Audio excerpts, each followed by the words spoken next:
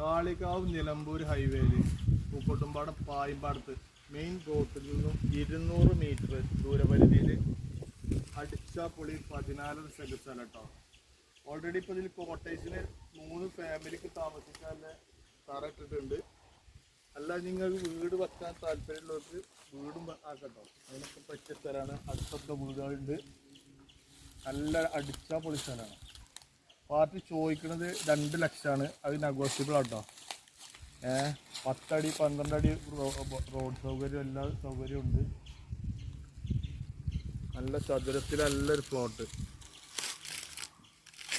അപ്പോൾ ആവശ്യക്കാരൻ്റെ ബന്ധപ്പെട്ടോളി. RK real estate group.